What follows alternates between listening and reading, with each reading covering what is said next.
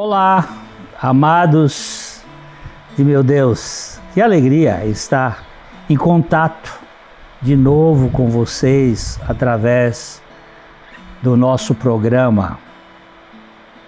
Você sabe que o nosso objetivo aqui é anunciar as boas novas, o Evangelho das insondáveis riquezas de Cristo.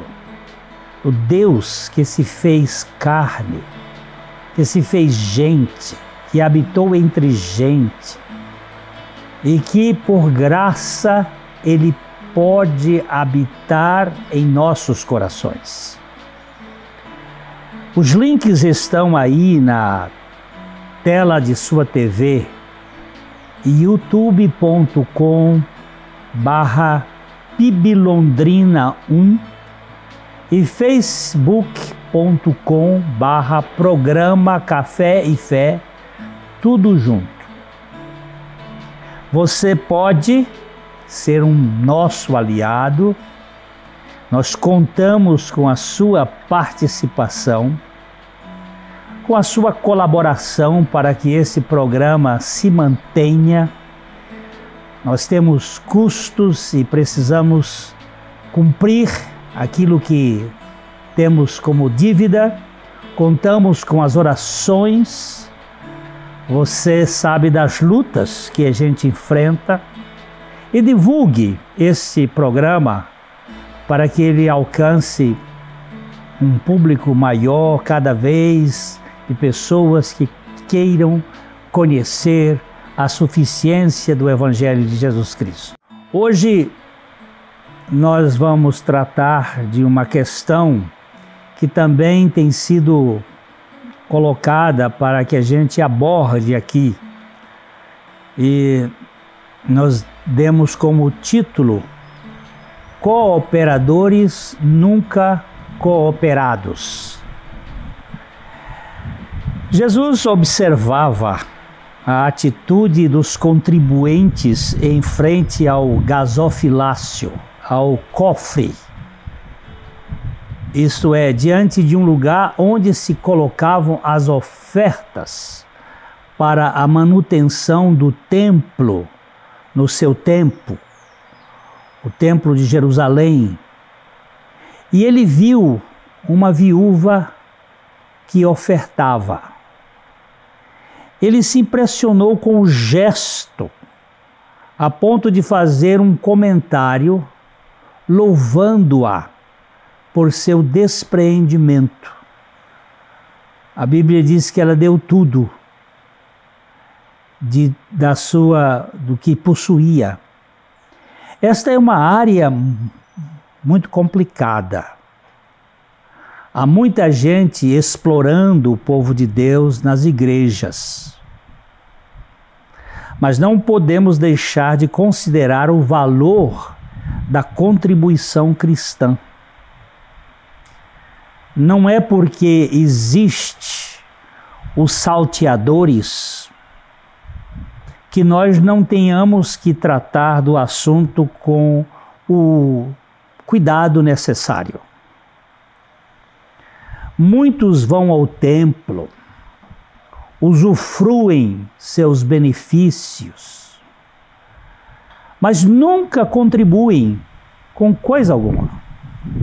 Normalmente são aproveitadores e críticos.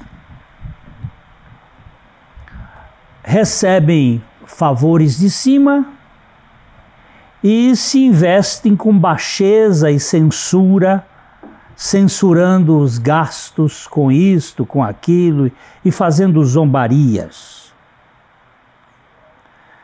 São governados pelo ter e não têm a mínima visão dos valores eternos. São almas pobres que vivem só o aqui e agora. Não têm a dimensão do espiritual. Alguém diz que você pode apagar o sol se colocar uma moeda bem perto do olho. Isto é a visão tacanha, a visão medíocre. Há outros que são bem mais astutos.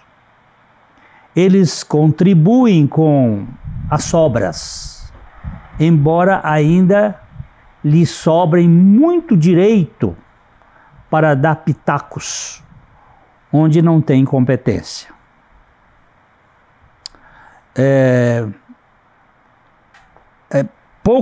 Poucas coisas testam mais profundamente a espiritualidade de uma pessoa do que a maneira como ela usa o dinheiro.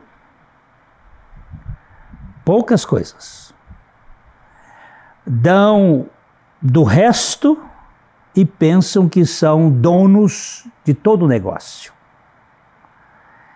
Eles exercem uma atitude de comando e tentam de todo modo mexer com a estrutura da igreja.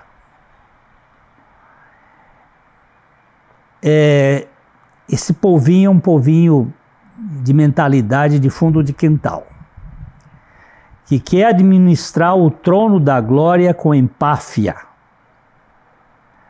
Esta, como disse um amigo meu, essa turma é do Peru. É uma turma que faz todo o empenho para gerar problemas. Há um outro grupo ainda tinhoso, que é aqueles donos do dinheiro. Essa gente tem muito, e dá muito, mas dá para se projetar e controlar. A contribuição é uma forma de comando, de manipulação. E dão para controlar pregadores, controlar padres, pastores, e fazem isso de maneira ostensiva. Na verdade, o Deus deles é o dinheiro. A glória deles é poder exercer o poder. Quem contribui aqui sou eu. E aí ele começa a achar que o dinheiro é que manda na obra de Deus.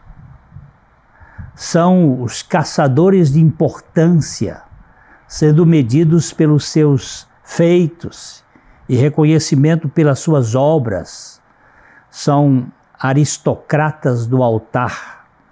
E às vezes eles querem que o nome deles fique estampado nos lugares dos seus donativos. Isto mostrando a altura da arrogância. Ainda há um grupo daqueles que têm muito, dão muito e não dão problema com o uso do dinheiro. Essa é a outra turma que chama a atenção. Eles realmente contribuem com expressão e contribuem com alegria e não dão problema, porque eles sabem que aquele dinheiro pode ser utilizado de maneira adequada quando é adequadamente administrado pela igreja de modo correto. Estes sempre estão prontos a colaborar e colaboram com adequado despreendimento, procurando sempre ser parte da resposta e nunca parte do problema. Eles sabem que a participação deles é importante, mas eles não dão a importância para eles, mas sim para a obra de Deus. Parece que Filemon, amigo do apóstolo Paulo, era um tipo assim, de fácil participação e facilitador das soluções. Era um homem rico e que contribuía com generosidade e com alegria. E fazia isto porque ele sabia que o importante é o progresso, é o desenvolvimento, é o crescimento da obra de Deus. Aqui Jesus viu diante do ofertório uma pobre viúva fazer algo fora de padrão. Ela deu tudo o que tinha de sua pobreza. Ela deu tudo. Era muito pouco, mas era tudo. Não se tratava de mera contribuição, mas de total abnegação. Essa gente que não tem no ter o seu Deus, mas que olha para Deus e sabe como Deus age. Ela não deu das sobras, ela se deu antes de tudo. Sem sombra de dúvidas, o que está em jogo não é a oferta, é o ofertante. Antes de doar alguma coisa, nós precisamos nos entregar ao Senhor. Precisamos saber o modo como ofertamos. Não como tentando levar vantagem, mas sabendo que há um Deus da semeadura e da ceifa. O importante não é a importância da oferta, não é a importância em si da oferta, mas como nos portamos como contribuintes. É isto aqui que está em jogo e é isso aqui que nós precisamos avaliar. Nós precisamos saber o modo como nós ofertamos, a atitude, o que está por trás da oferta, o gesto que está movendo o ofertante. Alguém diz que a verdadeira medida de nossa riqueza está em quanto valeríamos se perdêssemos todo o nosso dinheiro. Quanto nós iríamos valer? E aí nós vamos verificar que muitas vezes nós não estamos contribuindo como cooperadores, mas sim como cooperados. Nós queremos levar alguma vantagem. Andrew Murray, um pregador da África do Sul, ele diz que dar dinheiro faz parte de nossa vida no reino de Deus e de Cristo. E Cristo nos orienta através da sua palavra e se interessa nisso. Procuremos descobrir então o que existe na Escritura que nos possa ensinar sobre esse assunto. Como devo me portar diante do gasofilácio, diante do cofre, diante da cesta, diante do lugar da contribuição? Como é que eu devo me portar? Meus queridos, nós somos carentes da graça, mas por outro lado, participantes do gozo da salvação e contribuintes contentes, como diz a Escritura. Diz o apóstolo Paulo em 2 Coríntios 9, capítulo 7, cada um dê, segundo tiver proposto no íntimo, não constrangido ou por obrigação, porque Deus recebe alegre a quem dá com prazer. Olha bem esta versão. Cada um contribua, cada um dê segundo tiver proposto no íntimo. Não há fórceps, Deus, não constrangido, não por obrigação.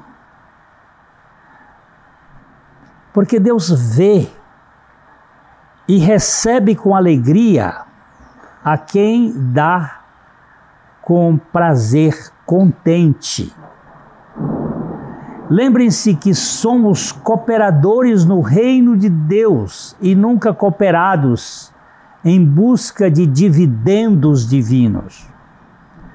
Eu sei que a palavra de Deus diz: trazei todos os dízimos à casa do Senhor, e Ele faz uma promessa de abrir as janelas dos céus para abençoar aqueles que contribuem, mas não é por aí que nós devemos estar olhando, no sentido de eu vou dar tanto para receber tanto. Porque começa a fazer um negócio no plano da contribuição. A contribuição no reino de Deus não é para Deus. Ele não precisa de nada. Há um termo teológico que se usa que Deus tem azeidade. Isto é, que Ele não necessita de coisa alguma. Mas Ele nos colocou como dispenseiros desta missão e nós precisamos aprender a contribuir para trabalhar especialmente com a nossa avareza, com a nossa insegurança. Nós precisamos aprender. A generosidade é uma característica da vida cristã autêntica. Alguém disse: o que nos torna ricos neste mundo não é o que tomamos, mas sim o que damos. Há uma beleza extraordinária por trás da contribuição. Quando nós aprendemos isto, nós estamos ganhando dimensões extraordinárias. Ganhamos a vida pelo que recebemos. Vivemos a vida pelo que damos. É uma preciosidade. Ganhamos a vida pelo que recebemos. Vivemos a vida pelo que damos.